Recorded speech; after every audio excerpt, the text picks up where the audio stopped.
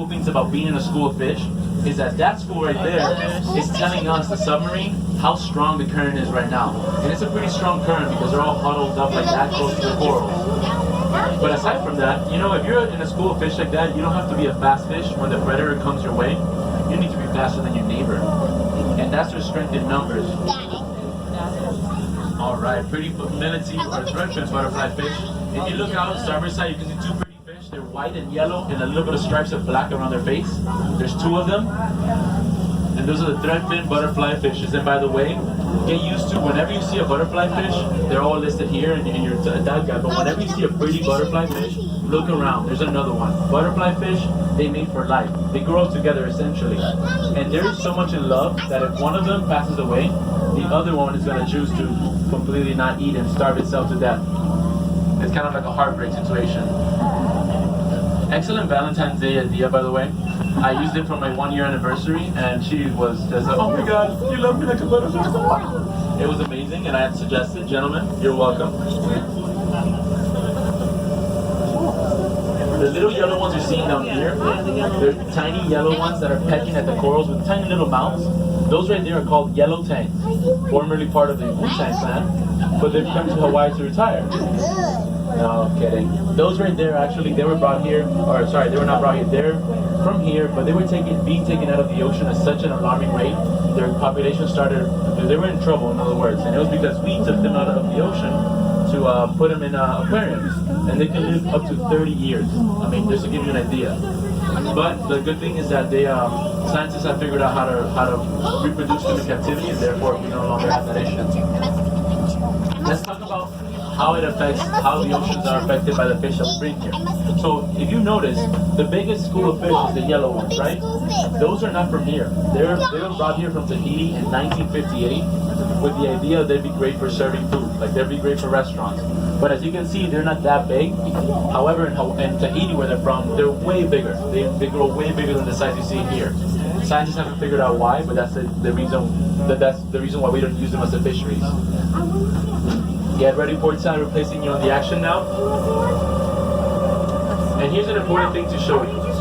Notice that on this part of the reef, as we're heading on to the heftier side, or the one with a lot of like healthier side, you're gonna see that this side right here is really crumbled down. We don't know how it happened. We found the reef this way, but as you can see, not a lot of fish hide here or like hang out here, because when a big predator comes, you should expect every single one of those to be spooked, and they're all gonna dip down as an emotion. Shortly I'll have the pilot turn on the lights so you can see they usually get spooked by our lights, and I want you to see that motion so you can understand how important these corals are to the fish. The silverfish you're seeing down there, the one with the big eyes, that one's called a big eye emperor. Keep an eye out for those because they do come to our viewports, literally, like they'll be a foot away from you, and they do see you inside. Alrighty. If you're seeing the edges of every single plate, you saw how the fishes got scared right now? That's kind of the idea of what happens to them when a big fish comes by. Guys, look how beautiful this is. So yeah, just wanted to explain myself. It's like we fine-tuned the TVs on the outside to 4K. If you're seeing the pretty fish they look like Oreo cookies that have been opened up, middle is white, black head and tail are black. Those are the Oreo cookie fish, or the Hawaiian Dactylis damsels. Endemic to here, meaning you could only find them here and nowhere else in the world. I'm going to turn around again. And look at all of the tapas. Look at all those fish. By the way, this is not an uncommon sight here. Here's a good thing. Even though they were brought here, the tapas is full of yellowfish, even though they were brought here, they're not bad for our environment. They don't overeat anything in particular, so they're technically good. If you see a fish around here that has a zebra coloration, like a black and white stripes at the back of it, that's called the roy, the peacock. That one bad. That one actually is an invasive species. So bad that we hunt it in Hawaii. We have competitions to hunt them out. And if you look down, you can see a very rare cinder block coral. I know, it's a cinder block. The truth is, the reason why they're there is because our navigation. If you look at your cell phones, you don't have service.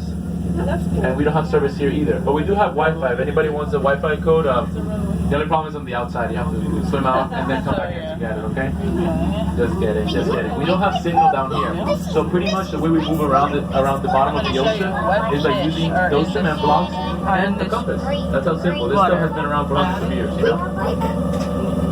But hey folks, I know you probably think it'll be a little bit crazy and spazzy, like why are you showing me a random red towel? Here's the reason why. If everyone's showing it up here, is it red anymore? This is the coral. Everyone's like, what is this? Here's the reality. Once you come down the water table, you lose color. So check this out. It's kind of purple right now, right? I'm putting light on it, and it's red. The truth is, if you look around, if it came with red, it's no longer red. And that's true to most of the warm colors, yellows, oranges. They start going away because down here, they disappear. The light just can't penetrate this deep into the water. But then an opposite relationship happens here also. There's a lot of blue, of course, as you can see. And there's also a lot of UV rays. So in other words, if you have something that's neon, glowing, like your shirt is pretty glowing, right? Come here, Peter, pass that kid around. Let everybody see what that does. May I borrow this? Can I show this quickly? And check this out, guys. This is another neon color. That's like a black light burn.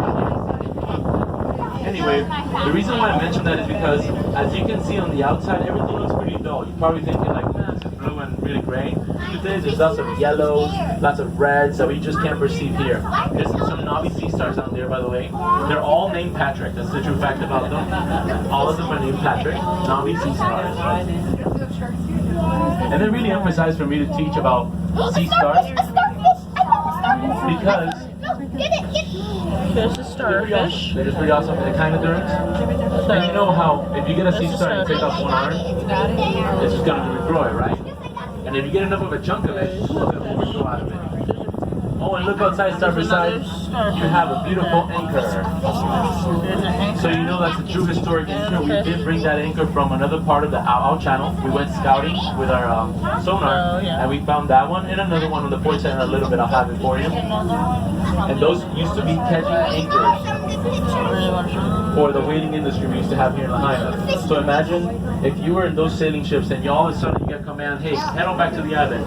You would throw these anchors, they will catch on something, and then you will make a quick turn, or it'll slow you down really quickly. These were not the stationary anchors that you're thinking of. These are the ones that like, they're used for maneuvers, quick maneuvers.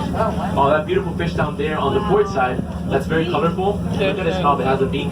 That is a male parrotfish, a male parrotfish. And I assume on days like these, by the way, when there's a lot of currents, I don't know why the parrotfish like to show up more, so I'll be able to show you guys a little more about them.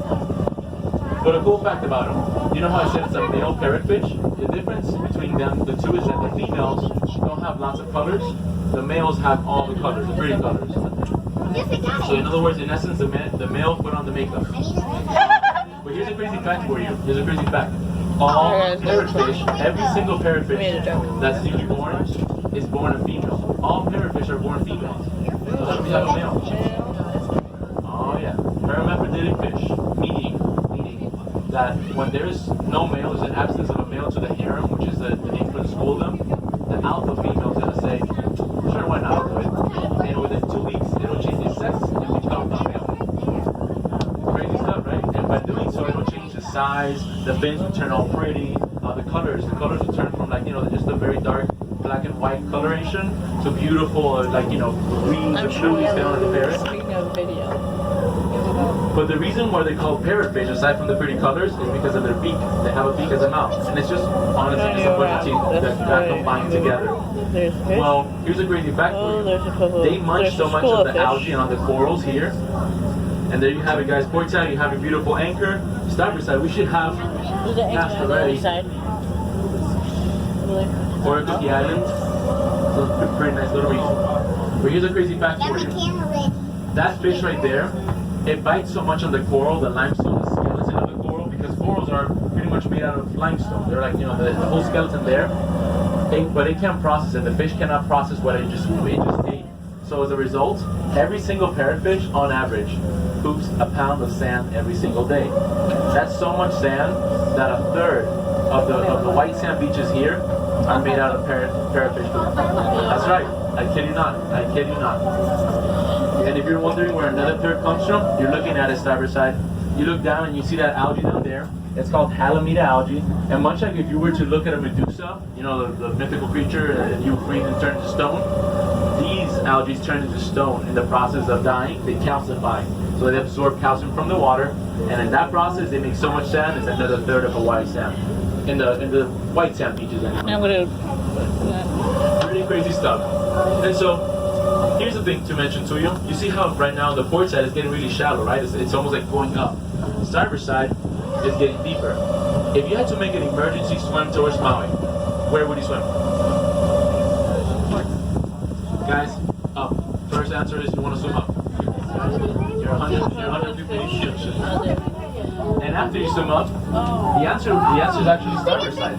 The deeper side, Maui's on the deeper side over there. And part of the reason for it is because the 4 islands that I mentioned to you, at one point, all of them, they were one big landmass that was exposed. And it was called Maui Nui. And this is just part of the topography. The pretty fish swimming towards you right now on the port side, those are the sleek unicorn fish. By the way, keep an eye out. We do have unicorns here in the bottom of the ocean. And they have horns, like one big unicorn. But guess what, everyone? Get ready. Look outside, port side. We have arrived at the North Patch Reef, and look at this. Look at all the action happening here. Trumpet fish right there on the left side bottom of the reef. You can see them, all slender bodies. Oh,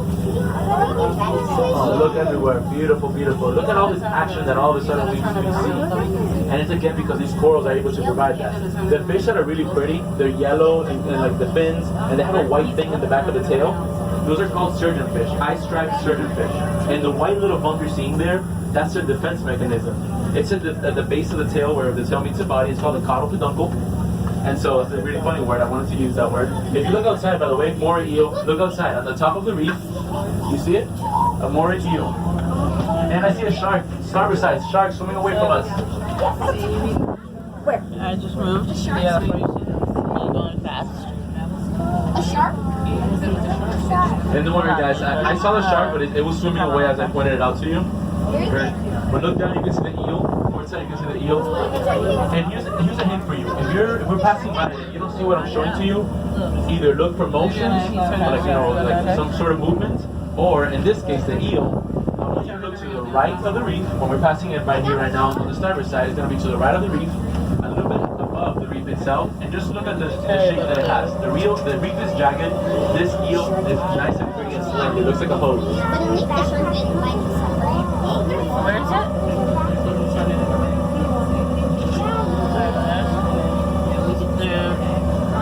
The submarine is turning around. So yeah.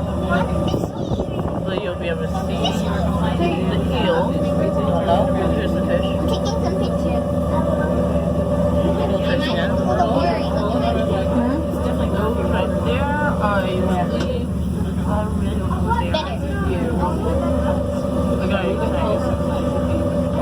Alrighty guys, and if you look down, you can start seeing it again. And again, the eel is in the top portion of the reef. right now. Or not that one. That one. Right there. Alrighty, folks. That one. Oh my god, look at him looking at it.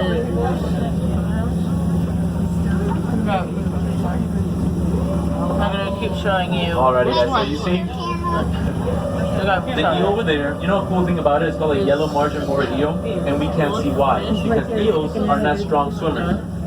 So for this one, at the very back tail, it has a yellow margin that glows kind of like this backpack was glowing. Do I take the picture? A cool thing to mention to you about eels is that they have 2 jaws.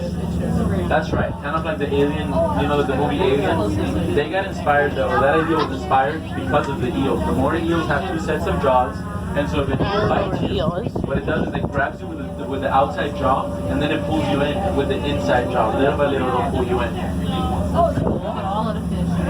They're going down. Alright, alright. And so to point out to you, an important thing is, again, corals provide an awesome place for fish, hence why on the way over here you saw the fish here and there. Also, you get to this North Patch Reef, and the action's happening. Keep an eye on that big fish right there, on top of the coral. That fish right there is called the bluefin trevally. And for the most part here in these reefs, they are the top predators. not sharks, but those fish right there will be the dominant ones all in these areas.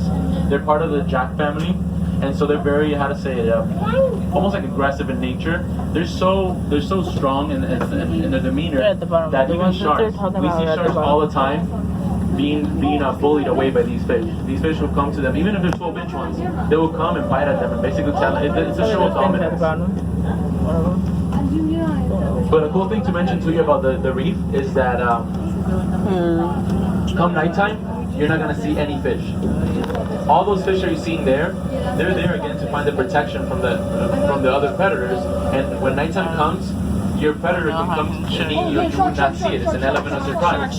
You see shark, starboard side, shark, all the way in the distance, all the way over there. There he goes. They're just teasing us today. They honestly are. They're just, like, I'll let you see my fin. That's about it. They're not eating. I don't know where this shrimp you're talking I saw a about, shark. but Alright guys, so up to now, you've seen successful, beautiful, thriving, natural reefs. Now I'm going to show you, I'm going to bring you to spot number 4 in the dive guide, and that's basically an artificial reef. Anybody know what that is? Ship. A ship, exactly, you got it. And folks, the whole idea is that What are they it took talking about? thousands of years for those corals to grow, the ones that I just took you to. We're going to take you to a ship that has been here for around 13 years, almost 13 years, it will be in December. And you're going to see all the coral and potential growth that happens there. Look, another big eye emperor on the port side. Shark? Where? Where do you see it? Right there. Where? Right here. Right there. Okay, starboard side, look I out. can't see There's a it. shark down there. He's swimming with us? Down. Yeah, he was swimming. He was swimming with us, huh? A lot of the predators use us as like a little bus, if you will. Like they'll hide underneath us, so that when we get to those places that where the fish are just expecting us to be there, they'll dart out and make the chase for them. Mommy, I got it. It's dirty. By the way, excellent eyes. I love that. Keep your eyes on them. And whenever you see something cool, guys, let me know. And this is my head start. And this is my back head start. I got a shark chip. Right? Alrighty. So, Floaty fish chip. Turn it. guys, I need to get take ready. more pictures. Port side. You're gonna get the action first. Open the And then we'll turn it over to starboard side. But folks, let's get ready because this doesn't get old. Here we go. All the way from the Atlantic, port side, starboard side, lookout side.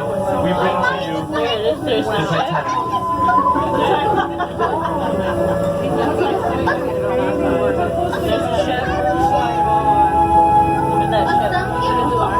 A sunken pirate ship. That is sunken pirate ship. Real white. A sunken pirate ship. As we pass on by, Jack is gonna be at the bow, still waiting for Rose not to let go, but she let go. Let's be honest, guys. Let's be honest. Hey, look outside, guys. A beautiful male parrotfish hanging out. That's again a male, and you can see why. The colors are all dominant, big size too. And folks, it's not a Titanic. I'm sorry. This one's the Carthaginian, and that is a giant porcupine fish swimming at the middle there. You're seeing that big cargo hold. That's what it used to be. It used to be a cargo hold. A female right there, female parrotfish. That's what a female parrotfish looks like. Dull in coloration. Not that you But don't be fooled, guys. This ship is here because of that sponge down there. Look down, everyone. If it's yellow, square, and it has pants. Yes. SpongeBob caused this. If you're looking at this chain that hangs up from the bow and goes to the surface, that was attached to the yellow buoy or the orange buoy that I mentioned to you earlier. And every morning one of us has to jump in and tie it up and so on. So I didn't get to do it, but I did get to jump in the water. Believe me, I don't even jump in the water. It's like, oh, something is cleaning on the outside. What? I don't know, something. I just wait it. Anyway, especially when you hear dolphins around, like, okay, we're getting in the water for sure. And I honestly get to see a dolphin in the water with them, but every once in a while we'll hear them before we see them. You know how when you said something like, oh, switching to underwater telephone? That's because we do have a different frequency we switch over to because VHF and walkie-talkie, it doesn't come down here. So we switch to underwater telephone at lower frequency and the same frequency the dolphins use. So if we ever see one, we'll be like, guys, check this out. And I'll turn on the red light for you here outside. But anyway, folks, the Carthaginian. This was called the Carthaginian. Like I mentioned, it used to be be a cargo ship. It was built in 1920 in Germany. But then, as you can see, it's not that big of a ship, and cargo ships are really big nowadays. So it was brought here to Lahaina. The Lahaina Restoration Foundation, it's a company that basically, they keep all the historic values behind here, or in Lahaina anyway. They bought it, and for 30 years, I'll pass this around so everyone can see it. This is what it was: a floating, whaling, and maritime museum. And you can also turn it around so you can see the sinking process. But they had it there for 30 years. And then, you know, if it's a steel ship for 30 years floating, it's gonna start rusting. And unfortunately, we don't have any harbors here that can lift up that entire ship so they can clean it and so on. So as it started rusting, it started sinking in the harbor. And we told them, hey, don't let it sink and get all those fines. Let us buy it from you because we're Atlantis. We're good at sinking things. So, you know how much we bought this ship for? $50. $50 I hear. Anybody else? Any other guesses? $50,000. $50,000, okay. We're gonna go way lower than that, guys. We bought it for $1. What? We bought the entire sinking Carthaginian for $1 and 4 cents for tax. You have to pay on the SAP. But who's counting, right? The whole idea is that this ship right here, we bought it for $1, and we thought that was it, man. Like the best investors, let's go ahead and sink it. The truth is, no, that's not how it works out. It took us $300,000 or almost $300,000, and 3 years later to get it down here where it is for you. An example of why it cost that much. Oh, look outside. You see that fish right there at the bow? That fish was like, something was mauling it, and he was able to free itself. But you can see how it's injured everywhere. That's a pretty crazy feature to see. We don't have to see injured fish and survive. But anyway, oh, right close to us is an ice stripe surgeon fish. Beautiful. So to give you an example, underwater real estate. We lease the sand where the ship is at the moment. We lease it from the state of Hawaii. That's one cost. It took us $70,000 just the sinking process and towing out alone. We have hired 2 environmental companies, one to strip the ship of any chemicals that could be harmful to the environment, and then another one to scout the area and find us a good site. Because folks, like I mentioned to you, these are great places because we have those massive reefs back there, but that's not common. We have a lot of low-lying corals in Hawaii, and not like those that stack up like this. But anyway, we're moving on. Let's take a look. No, not like that. That's rude. The school of fish, of yellowfish right here in the stern that we're passing by right now, that school of yellowfish right there is called Beke, Beke Ula. And Beke translates to open. Why do they name it open? Because if you eat the brain of that fish, of the Beke, it'll open your brain. Hence, you hallucinate. That's a hallucinogenic fish, I kid you not. And to prove it to you, I have some samples back here. If anybody wants to know, I'm kidding, totally kidding. Honestly, I've been asked before, hey, you know, we're going to find any brain of them. Like, no, man, I don't know. And I don't think it's used for that. It was used in the past as a ritual to meet your ancestors and to test your strength because some of them give you nightmares. But not no more. I'm going to the other side now. There's the boat. We're going on the... See a couple fish. Some are on it.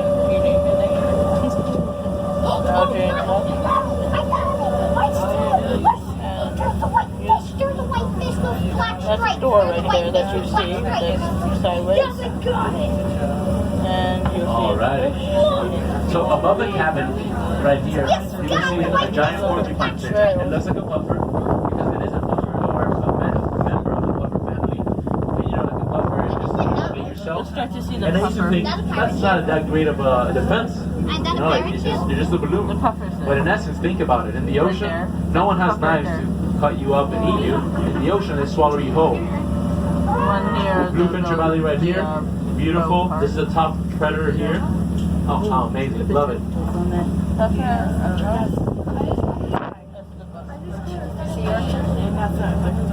The puffer fish, I mean, think about it from perspective. A fish is going to swallow you whole. It's looking at you and saying, you're this size, so most likely you'll fit in your mouth. But if you play yourself 3 times your size, it can no longer eat you. However, for example, how do we know it's a great mechanism to have? Sharks. We've seen sharks wash up ashore with their mouths wide open. They passed away. And look, there's a bluefin trevally swimming with us right now. This is very common, by the way. You see them? If you look at the pilot, you can see the fish right there swimming with them. Mommy, look what I call. Fish pilot and the fish swimming right This is so majestic to see from this angle. like I mentioned, sometimes we will see them stick around, especially beneath the sub, and wait for us to get close to another reef, and they'll make that point. Yeah, here I go again. Going back to it. So you missed it. I'm going back to this. Here's the front. Alrighty. That's like a pirate ship. It's cool. See? I'm going to go. Mommy, all the way. There you go, guys.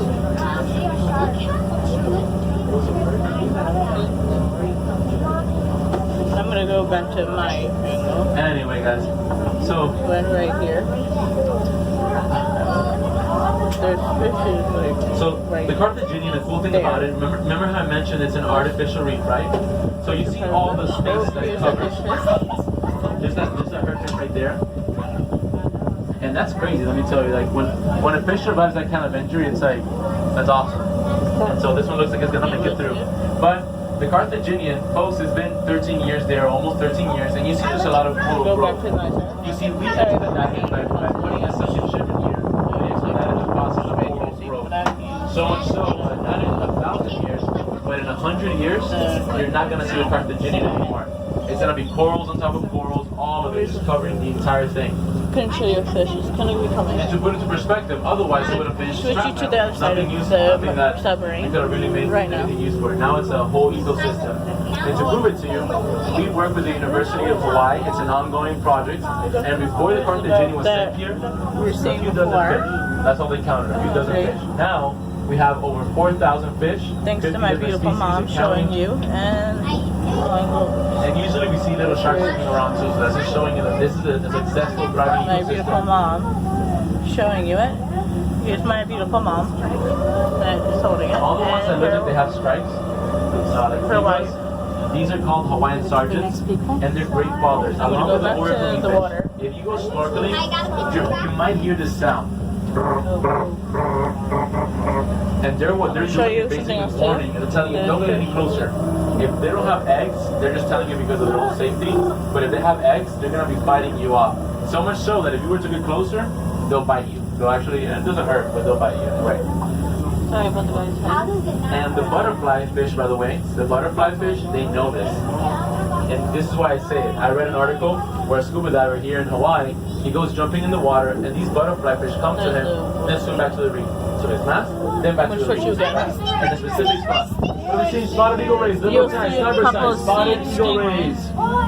Oh, goodness. The things that are flapping. Stingrays. Here we are. We have, There's how some many we have? stingrays. One, There's two, some three, little hearts that you put there. beautiful 4. There we are. Sniper sign, is everyone seeing them? Stingrays off the map. Wait, no, my list is on the. Wait, my list is on the game, not the map. Or then my list And a pool. Shit. That is so cool. I saw stingrays. Stingrays. Alrighty, guys. So do bear with us. We're going to try to show you the spotted eagle rays. But remember, we're kind of chasing Ferraris and Espumas. You know, we're really slow at the moment. So give us some time. We'll get there and try to get all the action for you. What do you mean, spotted eagle? So what I wanted to say about the butterfly fish is that they're so smart that they use humans as tools. The reason why this fish was going forward to this diver and then back to the same spot, forward and back, is because the diver at one point decided, okay, fine, what are you trying to show me? Swims towards the eggs of this sergeant's fish, and eggs for fish is a really good source of food. It's like eggs for us, you know. And so, as the father, the sergeant, shark. Right here. Where? A Right show. here, right before the doors. All right, starboard side. We have away. another shark Going swimming away. around. Straight out. Oh, straight out. Look down, everyone. Straight out. Look down. Down. Yeah. All passing from a he's trying to hide. forward starboard side. Look outside, and around Yeah, I 30 don't feet know from where here, it you is. can see it on the There it ground. is, That is a but white there's there. big shark.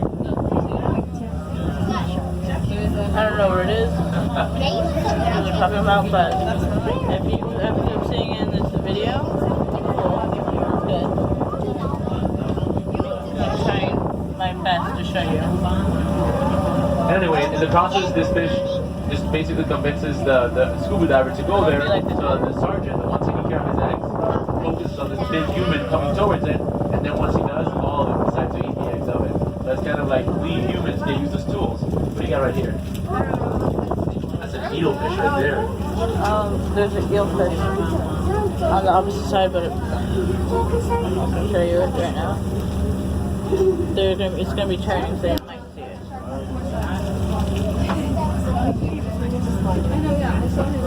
Alrighty, everyone. You didn't see me. I don't see it, but I do. Port side, look outside. I bring to you the beautiful, the Manu. I'm going around. In other words, spotted eagle rays. Beautiful. By the way, I mentioned I'm gonna start again. because that's the name that they're given in Hawaiian, and I love it. I think it's a great translation. It's basically elegant or majestic in earth. And you can see the way they swim, they fly. And does anybody want to see a shark? Yes. Look outside, port side, look outside. We have a great white reef shark. It is a white-tip reef shark. I don't know where it is. So the person's found. Let me hold it. And the kid's head. Not very. Alright. And that one was a juvenile, just so you know. They don't get much bigger, however. They only grow up to 6 feet, the white-tip reef sharks. They're the most common here in Hawaii. And like what we just saw right now, they're usually tucked in some sort of hole or like just really hiding somewhere because during the day they're asleep, during the night they're active and hunting. There's a lot of debris. So fun fact about myself, I like to spear